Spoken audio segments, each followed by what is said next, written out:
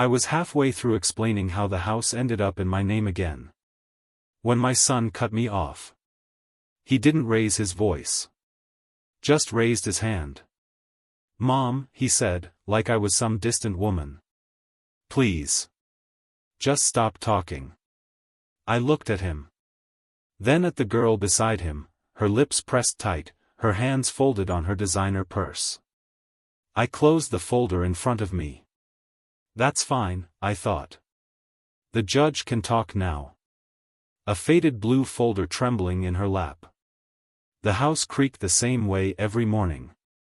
Wood settling like bones in an old woman's body, quietly, without apology. I'd wake at 6:17. Not because I had to. Because that's when his alarm used to go off. Even now, 2 years after my husband passed, my body still reached for the sound. The kettle hissed by 6:25. I set out 2 cups. One for me. One for the absence. There was a rhythm to my days. Ironing napkins for no one. Folding dish towels I never really used. Rewriting grocery lists to remember less. Monday was floorboards. Tuesday, the porch swing. People said I should travel, take up line dancing, join a widows group. But I liked the quiet. Or I thought I did. My son called every Sunday. 3 minutes. 4, if he was driving. He'd ask if I was taking my meds. If the check arrived. He never asked what I was reading. Or how the roses were blooming this year. Once, I told him I had a dream of him as a boy. Sitting cross-legged in the garden, dirt on his face. He laughed. Said he didn't remember ever liking dirt. He used to love dirt. I kept his childhood things in the attic. Not because I couldn't let go. But because no one ever asked for them. A paper crown from 3rd grade. A clay fish he made for Father's Day. The baby quilt I stitched the week he was born. Soft blue with yellow suns. Still smelled faintly like powder and milk. He never wanted any of it. Didn't have room, he said. That's what people say when they mean, I don't want to carry your love. They came over once in spring. Him and her. She brought a gluten-free pie I never touched. Sat on the edge of my couch like it was lined with pins. She complimented the drapes and asked if the fireplace still worked. He walked from room to room, tapping walls. Said things like, "You could open this space up. Imagine light hardwood floors. She wants a garden wedding, maybe in the backyard?" He didn't say, "Mom." He didn't ask if I liked the idea. At night, I played his old voicemails.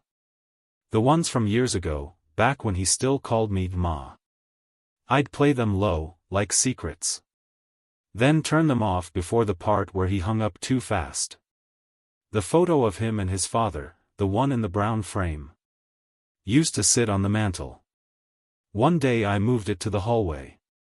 Then the hallway became the bedroom.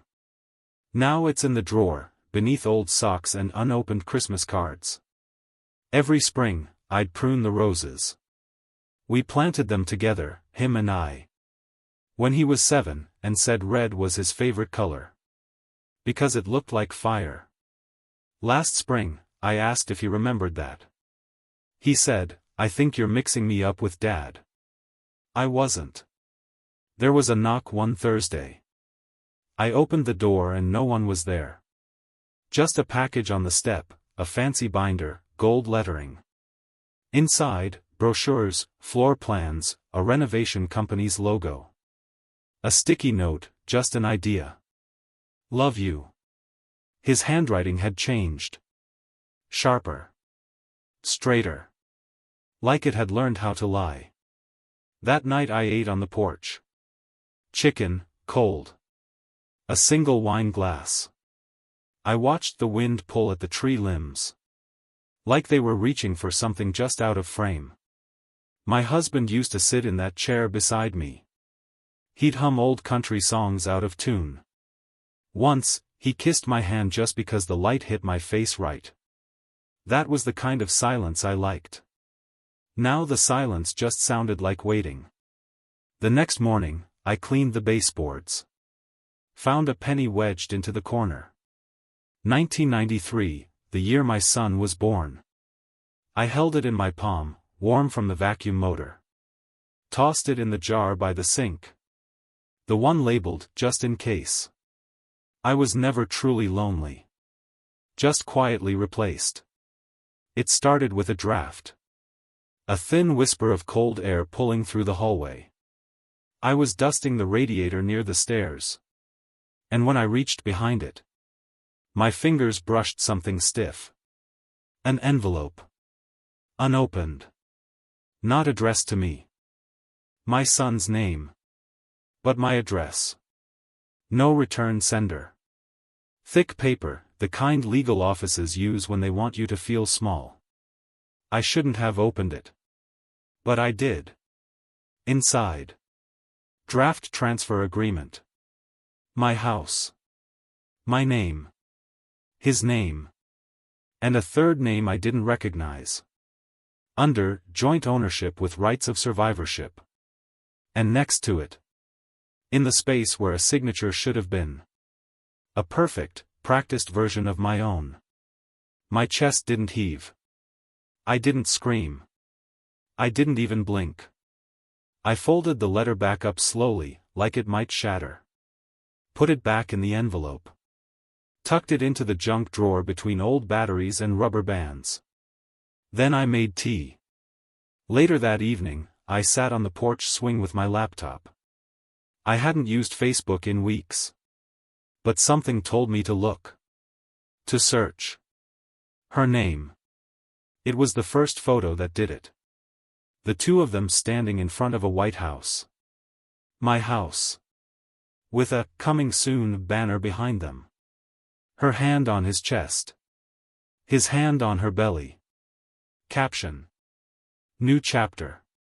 New baby. New home. So grateful for this future. I didn't cry. I just stared. Then I shut the laptop slowly. Walked inside. Turned off the hallway light. Sat at the kitchen table and folded a towel that didn't need folding. The room was silent. But everything inside me was screaming. I thought maybe it was a misunderstanding. A misprint. A surprise he was planning for me. But surprises don't come with forged signatures. And they don't announce your house as someone else's future. The next morning, I took out the wooden photo of my husband. The one he carved himself in our second year of marriage. Behind it was the chain. Thin. Bronze. Simple. The key. He had given it to me after our 25th anniversary. Said, someday, when it's all yours, this will still open the most important thing. At the time, I thought he meant the garden shed. Or his old truck. But I was wrong. I held that key in my palm for a long time. Let the weight of it sit there. Then I slipped it around my neck. Under my sweater. Close to the place where silence had started to grow. I didn't ask questions. Didn't confront. That Saturday, they came for dinner. I made lemon chicken. His favorite. She didn't touch her plate. He kept looking at his phone. At the end, she asked if I'd thought about downsizing.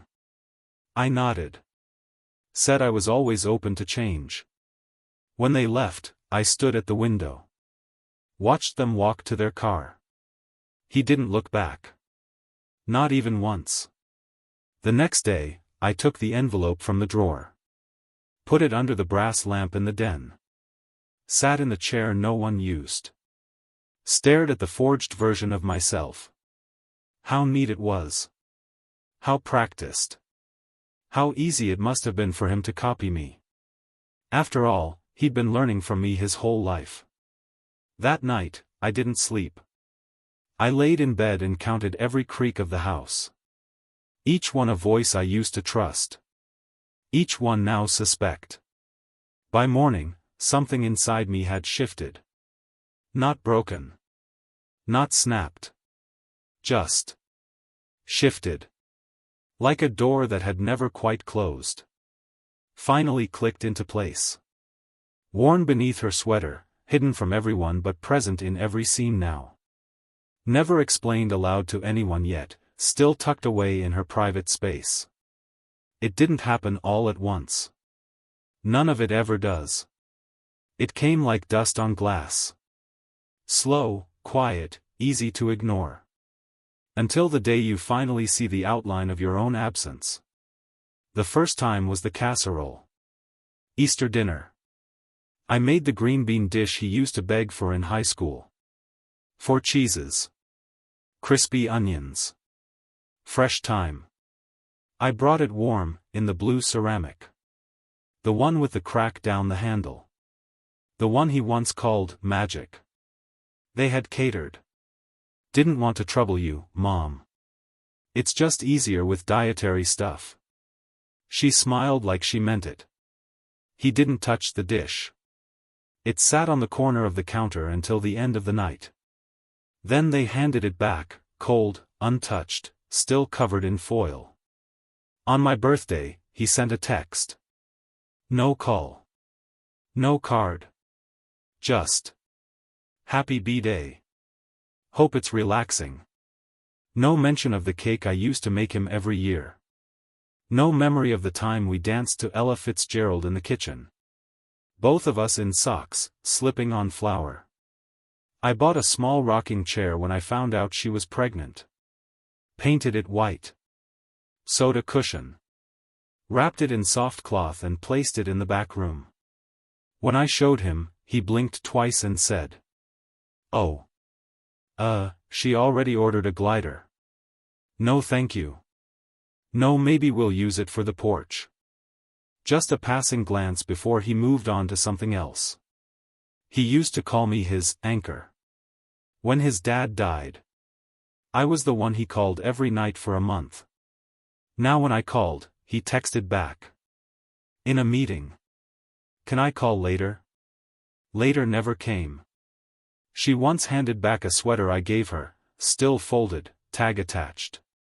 It's lovely, she said. Just not really my aesthetic. Then she smiled like a person used to being adored. I smiled back like a woman used to being ignored. I told myself it wasn't personal. That young people were different. That love shifts shape when life gets busy. But it's funny how often the same shift skips only one person. I dropped off a box of my husband's old books for him. Science fiction. Baseball stats. Political memoirs. He used to read by flashlight under the covers. The box sat in his garage for 3 months. Then I saw them at the Goodwill down the street. Same titles, same handwriting on the inside covers. He hadn't even opened the box. I left a voicemail once, just to say I missed him. His reply came as a group text. Some article about heart health. Thought this might be helpful, Mom. Like my sadness was a symptom. Something to manage. She started calling me by my first name. Subtle at first. Then consistent. Elaine, can you grab me a napkin? Elaine, we were thinking maybe we do the shower elsewhere. My son never corrected her. I guess it sounded more modern. Less maternal. I gave them an antique cradle, my grandmother's. Rocked 3 generations. Carved initials along the side. She looked it over, ran her hand along the wood. Then said, "Is it safe, though? Like, by today's standards?" He wore a watch I didn't recognize. Leather band. Silver face. It looked just like the one I gave him at his graduation. But it wasn't. The one I gave him had a scratch on the dial. And the words, "for every hour we spent together," engraved on the back. That one was gone. I asked about it once. He said it didn't go with his style anymore. I nodded. Didn't say a word. But that night, I opened my jewelry box and took off my own watch. Placed it beside the faded birth certificate I kept just in case I forgot how much he once needed me. At the baby shower, they seated me near the back. Not with family. With neighbors and someone's Pilates instructor. I brought a hand-knit blanket. She opened it, smiled politely, then moved on to the next gift. No one asked where I got the yarn. Or why I chose those colors. No one asked if I remembered wrapping him in that exact pattern. All those years ago. It was always little things. A door not held. A photo cropped just enough to keep me out. A thank you card signed, best, not, love. Each moment, small enough to ignore. Together, loud enough to drown me. I found the old video camera once, his first birthday. Him smashing cake with both fists. Looking up at me like I hung the moon. I watched it 3 times. Paused on the frame where he reaches for me. Face smeared in blue icing. Giggling like the world was made of sugar and light. Now he barely looks up from his phone. Now he calls me Elaine. Dinner set for 1, a second plate never used. Unresponded texts glowing faintly on her phone screen. Gift returned unopened, the handmade blanket reboxed, shoved behind other packages. The blue ceramic dish now chipped where he handed it back. It was a Tuesday when I finally broke. Not loudly. Not dramatically. Just, broke. Like an old seam unraveling at the corner. I'd gone up to the attic to look for the winter blankets. The thick ones, stitched in my mother's hands. While shifting boxes, I found it. The baby quilt. Folded neatly. Still soft. Pale blue with yellow suns. Each one hand-stitched during the long nights I waited to become his mother. The one I'd wrapped him in when I brought him home. When I didn't sleep for 36 hours because I couldn't believe he was mine. I had given it to him when he told me he was having a baby. He held it like it was a tax form. Said thanks without looking me in the eye. I never asked where it went. Until that morning. When I found it in a black trash bag, under old curtains and broken hangers. Still folded. Still soft. I sat down right there on the attic floor. Cross-legged. Careful not to touch the insulation. Careful not to cry. But grief isn't always wet. Sometimes it's dry and hollow. Like the space between floorboards. I held the quilt in my lap for a long time. Ran my fingers across each sun. I remembered where I was when I made each one. The one stitched during my lunch break.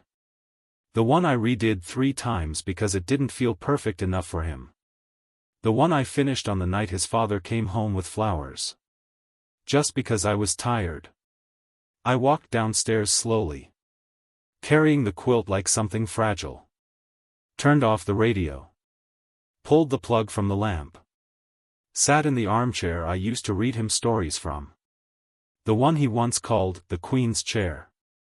He'd climb into it, fall asleep mid-sentence. Used to kick when the story ended too soon. Now he couldn't even remember the name of the book. I placed the quilt across my lap and closed my eyes. Everything felt so far away. Like I was watching my own life through frosted glass. I could still hear his baby laugh. I could still feel his little hand on my cheek. Have you ever remembered something small? Just when everything felt like it was falling apart?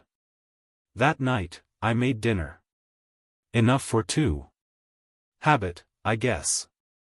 I plated it neatly, grilled chicken, green beans, cornbread.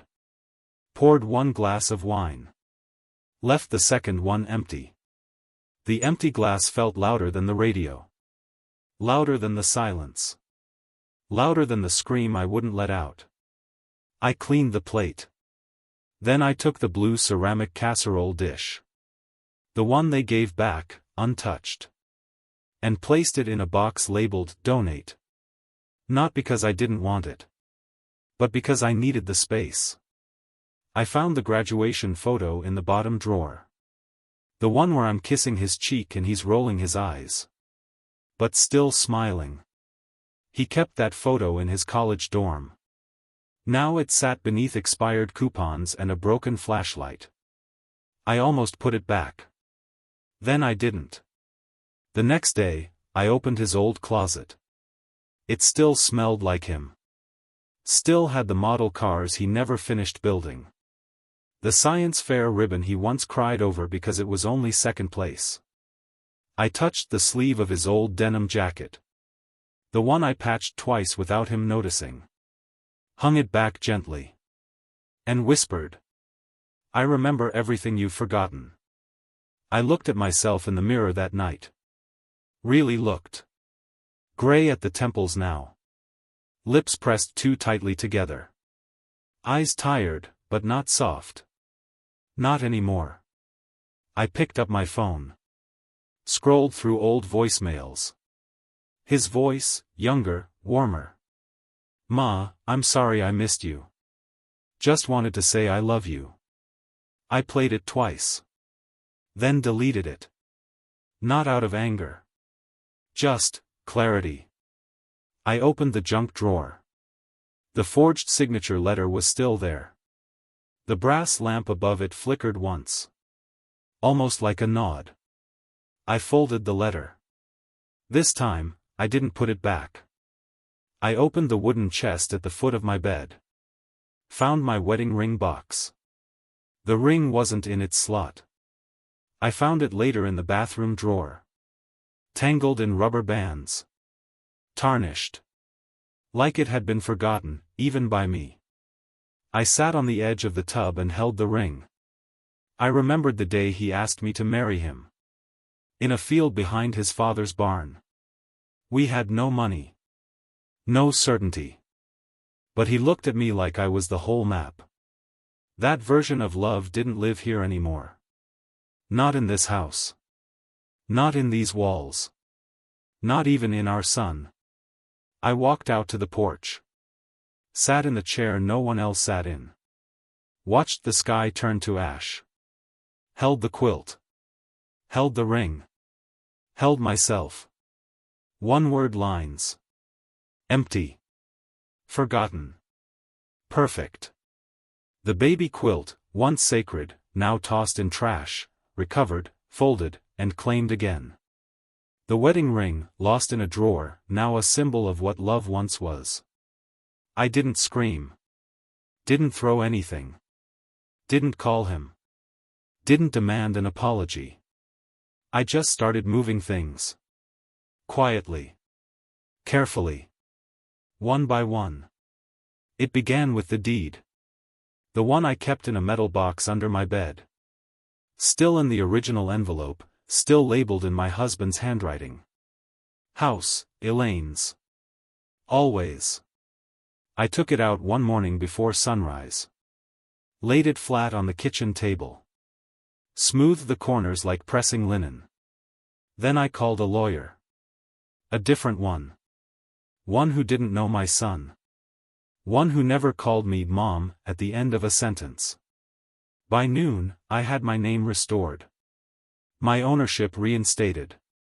My signature cleared. He had forged a future for me. So I carved a different one. No one knew what I was doing. That was the point. Power doesn't need an audience. It just needs motion. I went to the bank the next day. Closed the joint account. Opened a new one. Moved what was mine. Left nothing behind but a receipt.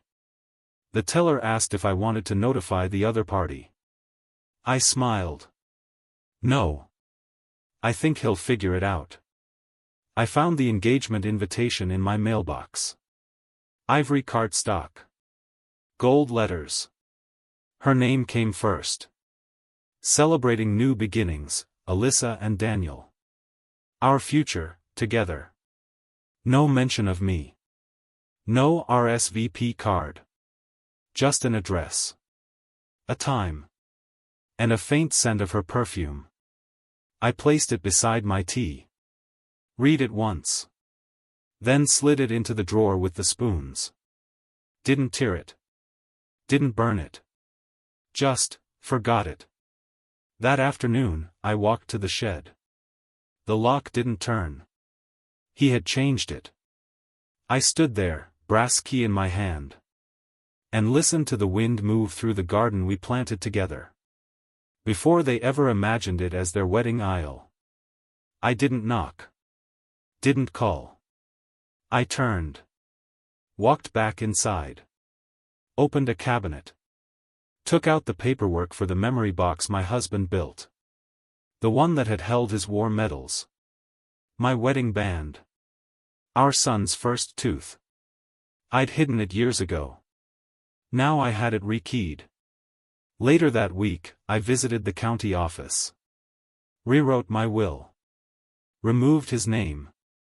Added someone else's, a woman from church who brings soup when it rains. She laughs like music and listens without checking her watch. I stopped leaving the porch light on. Stopped forwarding his mail. Stopped pretending I still liked the jasmine candle he once gifted me. It always gave me headaches. The mailbox was next. I unscrewed the small plate that said D. Whitman. Right below mine. He'd added it 2 years ago after helping with yard work one weekend. Said, just makes things easier with deliveries. I stared at it for a long time. Then took it off with a butter knife. Dropped it in the trash. Didn't flinch when it clanged. I printed a photo. The one of him as a boy. Missing front teeth, clutching a frog, grinning like wonder. I burned it in the fireplace. No ceremony. No tears. Just ash, then silence. I canceled the cable.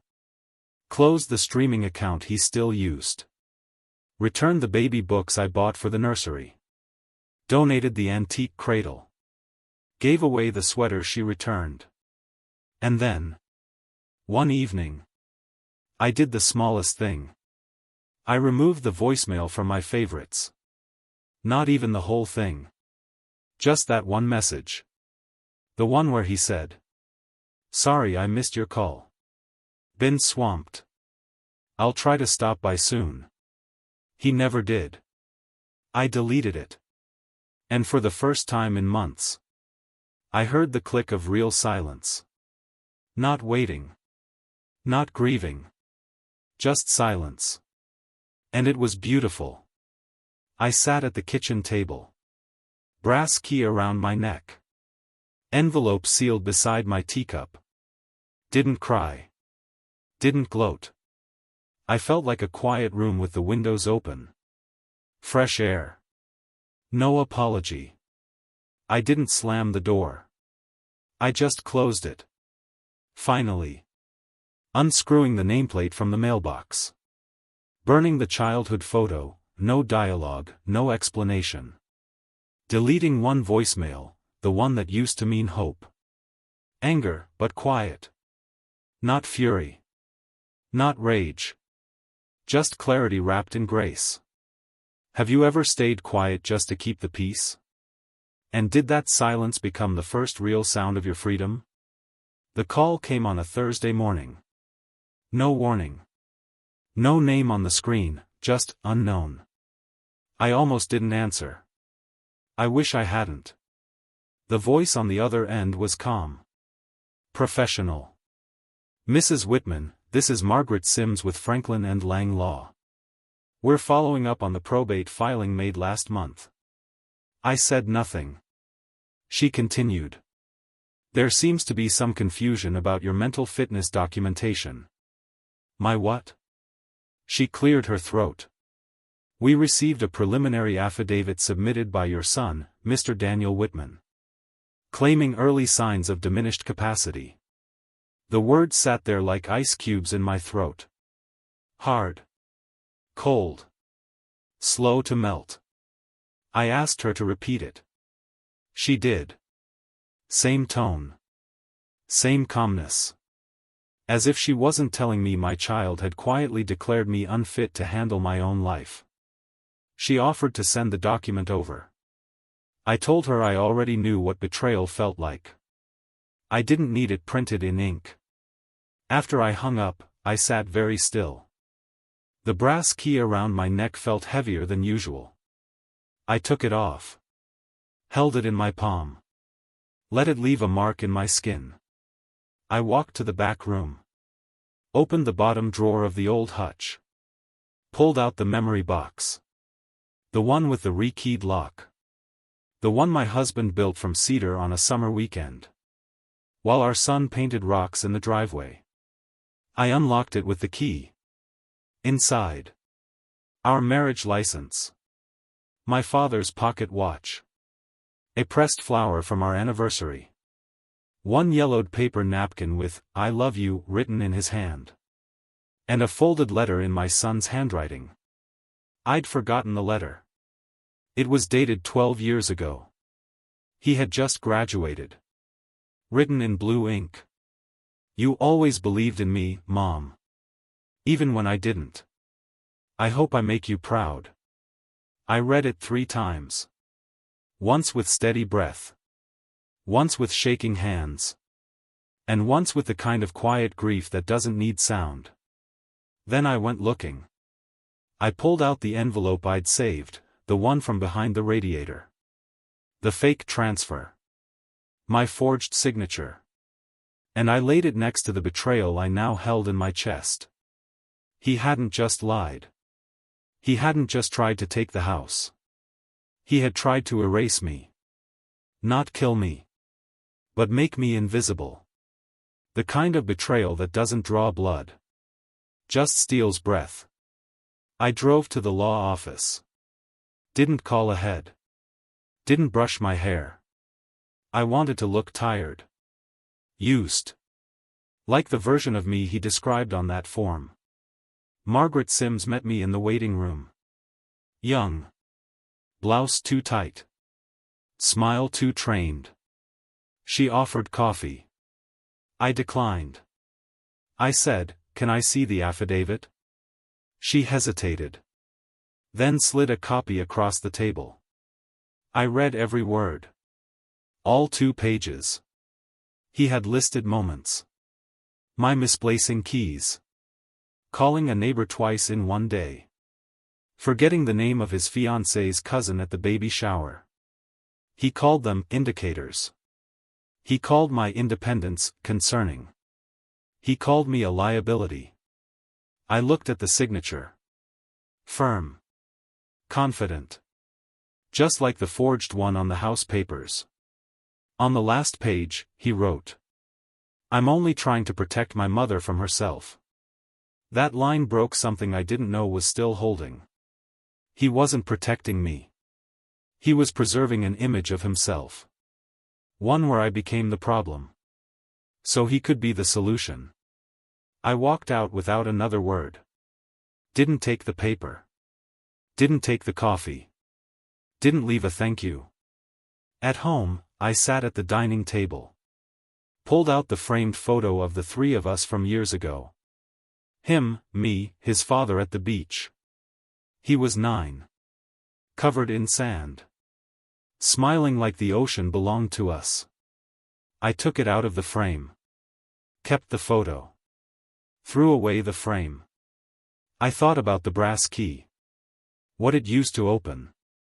What it meant now. Not a door. Not a box. A promise. One I made to myself. That I would never let someone write my story. While I was still breathing. That night, I pulled out an old envelope. Wrote a new will. Signed it slowly. Carefully. Like every stroke was a declaration. I wrote a letter, too. Not to him. To myself. You are not invisible. You are not fading. You are the map. Not the trail. I folded it. Placed it in the memory box. Locked it. Put the brass key back around my neck. Felt it rest right over my heart. The brass key, what once opened a shed now unlocks truth and memory. The letter from her son, a younger promise, now contrasted with betrayal. The fake legal affidavit, not destroyed, saved, silently, as record. Nostalgia, laced with heartbreak. A return to old memories only to realize the contrast with today's reality is sharp enough to cut. They didn't just forget me. They erased me. And still, she stayed whole. I didn't tell anyone what I was going to do. Not the lawyer. Not the bank. Not the neighbor who sometimes brought over pie. Some choices belong only to the woman who survived enough to make them. The papers were signed on a Tuesday. Cool air, bright sun. The kind of weather that used to mean washing windows. But this time, it meant something else. I handed the envelope to the clerk. No ceremony. No smile. Just a quiet transfer. Of a house. Of a name. Of a burden I no longer wanted to carry. The house didn't go to my son. It didn't go to his fiancée. It didn't stay in the family. I gave it to a women's shelter. Specifically, to a small non-profit that houses single mothers. Trying to finish school. Get off the street. Leave something terrible behind. They asked me why. I said. Because someone once gave me a home when I needed it. Now I'm giving it back. I didn't cry when I handed over the keys. But I did stay in the car for a while after. Watched the front door like it was a living thing. I imagined the porch swing moving again. Not from the wind. From laughter. The kind that used to live here.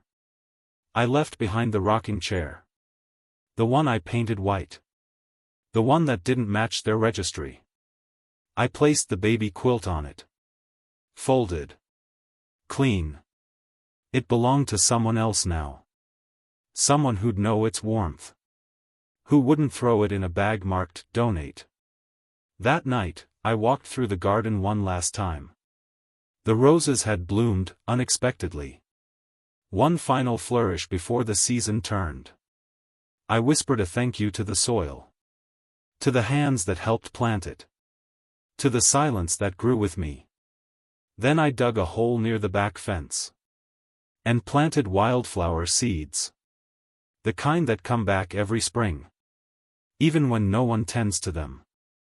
I moved into a small coastal cottage 2 weeks later. White walls. Wood floors. Windows that sighed when they opened. It was enough. I didn't bring much. A box of books. The memory box. My wedding ring. And the brass key. Still around my neck. Still resting over the heart that refused to break. I changed my last name back. To my maiden name. It felt strange at first. Like pulling on a coat that hadn't fit in years. But by the third day, it felt like mine. Like a name I chose, not one I was handed. I donated the last of his toys to the library. The ones he never wanted. The ones that still smelled like childhood and summer and grass stains. The librarian asked if I was sure. I said. Yes. They belong to someone who will actually remember them. Weeks passed. No calls. No questions. No apologies. But one day, I opened the drawer and found the Facebook post. Saved there by accident. The one where she stood on my front steps. Hands on her belly. Caption, our future home. I smiled. Then deleted it. Didn't even hesitate. I began to sleep better. Deeper. The kind of sleep that doesn't come with a question mark. I started writing again. Letters I never sent. Recipes I remembered from my mother. I wrote a list titled Things I Reclaimed. My name. My voice. My quiet. My future. One day, the woman from the shelter sent a photo. A mother and her 2 daughters sitting on my old porch swing. One of them held the baby quilt. The other had her hand on the white rocking chair. The caption said, "Safe. At last." I saved that photo. Printed it. Put it where the family photo used to go. The brass key, no longer just a memory. The baby quilt, passed forward, not discarded, but transformed. The rocking chair, finally used. That evening, I made tea. Opened the window. Let the ocean wind lift the curtains. No phone beside me. No waiting. No fear. Just space. And breath. And the sound of a woman choosing herself. Would you have walked away, or taken everything back? I didn't walk away out of weakness. I walked because there was finally somewhere else to go. It was mid-autumn when they finally showed up. Wind in the trees. Leaves on the pavement like old letters no one had answered. I was pruning the little garden outside the cottage. Wearing gloves too big for my hands. Still getting used to the soil here. When I saw the car pull up, I already knew it was him. He stepped out slowly. Still tall. Still composed. But thinner somehow. Like the weight of certainty had left his shoulders. She stayed in the car. Sunglasses on. Staring ahead like I might disappear if she didn't blink. He walked up the path I'd lined with seashells. A woman from the shelter had left them. Her daughter collected them on the beach.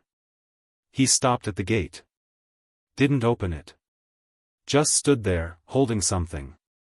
An envelope. I wiped my hands on my apron. Didn't rush. Didn't speak. Just looked at him. Like you look at a tree that once held a swing. But now only drops branches. "Hi, Mom," he said. The word landed soft. Like a feather too late to catch a fall. He cleared his throat. Held out the envelope. I thought maybe we could talk. I didn't move. Didn't reach for it. Didn't invite him in.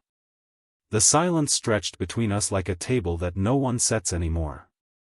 He looked down. Then back up.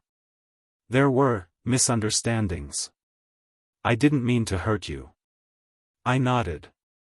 Not in agreement. Just to acknowledge the sound of his voice. I thought I was helping. With the house. With everything. He gestured vaguely.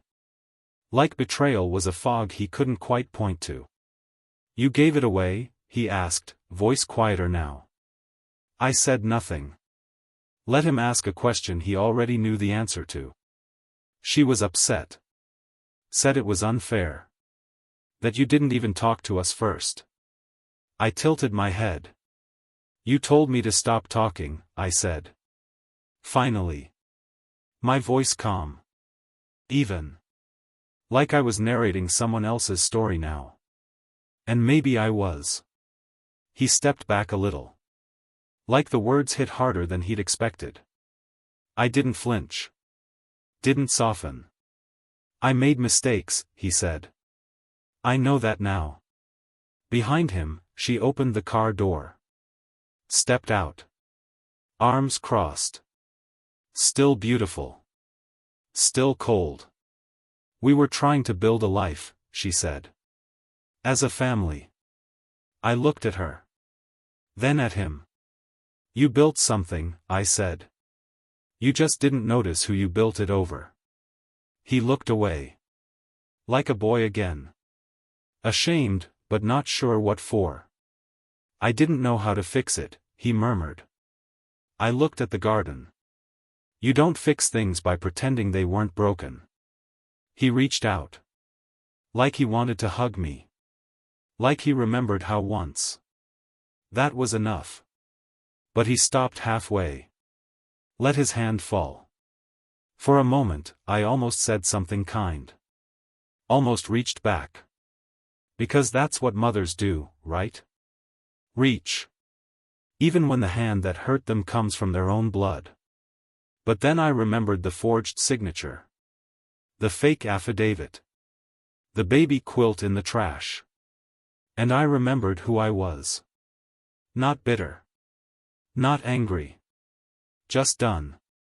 I don't hate you, I said. And I meant it. I just finally like myself enough not to disappear for you. He swallowed hard. Then nodded. Like maybe that was the first honest thing he'd heard all year. He placed the envelope on the fence post. I didn't touch it. I'm sorry, Mom, he said. Quiet. Real. Then he turned to go. She followed. Didn't say goodbye. Just got in the car. Closed the door. And looked away. I stood there until the sound of the engine faded. Then I picked up the envelope. Opened it. Inside was a photo. The three of us. Years ago. Christmas morning. He's laughing, cocoa on his chin. I'm in slippers. His father's arms wrapped around us both. On the back, he'd written. I found this. Thought you might want to remember. I placed the photo on the windowsill. Not because I forgave him. But because I remembered that moment. And that woman. And that version of him. He stands outside the gate. She doesn't invite him in. She speaks calmly while he stumbles. He brings memory. She holds truth. For a second. The viewer almost feels for him. The boy beneath the man. The son who once needed her. But then they remember. What he tried to take. What he tried to rewrite. Do you believe quiet dignity is stronger than revenge? Because I didn't yell. I didn't punish. I didn't curse his name. I just stood still. And let him see who I became without him. The mornings are quieter now. Not silent, just calm. The kind of calm that comes from knowing. You no longer owe anyone an explanation. I wake with the sun. Open the windows. Let the ocean air roll through the cottage. Like a hymn sung just for me. The garden's taken root. Not neat. Not symmetrical. But full. Lavender in one corner. Mint in the other. And wildflowers everywhere in between. The kind that don't ask for permission to bloom. I started using the chair on the porch. The one no one let me sit in before. The one that always felt reserved for someone more important. Turns out, that someone was me. Sometimes I write. Not letters. Not journals. Just lines that come to me like breath. Like this one. I was never the echo. I was the voice they tried to silence. The memory box sits on the shelf beside my books. Not hidden. Not locked. Just, present. I open it on occasion. Run my fingers across the paper napkin. The pressed flower. The letter that once made me cry. Now, it just makes me nod. I kept it all. Not because I couldn't let go. But because it reminds me of the woman I was. Before I stopped asking to be seen. I donated the last of the linens last week. The fancy ones I used to save. For dinners that ended in silence. Now I eat off chipped plates. With linen napkins I folded for myself. Every bite seasoned with peace. The voicemail is gone. The framed family photo, gone. The envelope he left, recycled. But I kept the photo from the shelter. The woman and her daughters. Sitting on my old porch swing. One of them is wearing the baby quilt. Like a superhero cape. That photo sits on my mantle now. Where the old one used to be. And every time I pass it, I remember. That house wasn't taken from me. I gave it away. Because power isn't in holding on. It's in knowing when to release. Sometimes I walk the shore in the early evening. Low tide. Bare feet. Brass key still around my neck. Not because I need it anymore, but because I earned it. Yesterday, I stood at the edge of the dock. Looked down into the water. Held the key between my fingers. For a moment, I thought about dropping it. Letting it sink. Letting the past finally rest. But then I laughed. Tucked it back under my shirt. And whispered. You never had to free me. I already walked out. I get letters now. From the shelter. From women I've never met. Thanking me. Sharing stories. Calling me brave. Calling me kind. None of them call me mom. And still, each one feels more like family than anything I've received in years. One of them signed her letter. You reminded me I am allowed to take up space. I framed that one. Hung it by the front door. So I see it every time I leave. And every time I come home. There are no apologies waiting in my mailbox. No voicemails asking for a second chance. No footsteps coming up the walkway. And that's okay. Because some stories don't need a reunion. They need a rewrite. I am not bitter. I am not bruised. I am not waiting. I am finally full. No longer a question. Now a symbol of choice. Of ownership. Of self. On my last birthday, I lit a single candle. Not because there wasn't room for more. But because one was enough. I made my own cake. Sat in the porch chair. Ate it slowly. With whipped cream. With joy. No one called. No one showed up. And still. It was the first birthday. I didn't feel forgotten. I walked to the edge of the bluff that night. Watched the stars. Let the breeze wrap around me like a shawl. And said, out loud.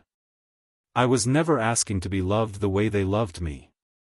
I was asking to be loved like I mattered. I found a new kind of love here. Not romantic. Not maternal. Just steadiness. And peace. Without permission. The key I never gave became the one that freed me.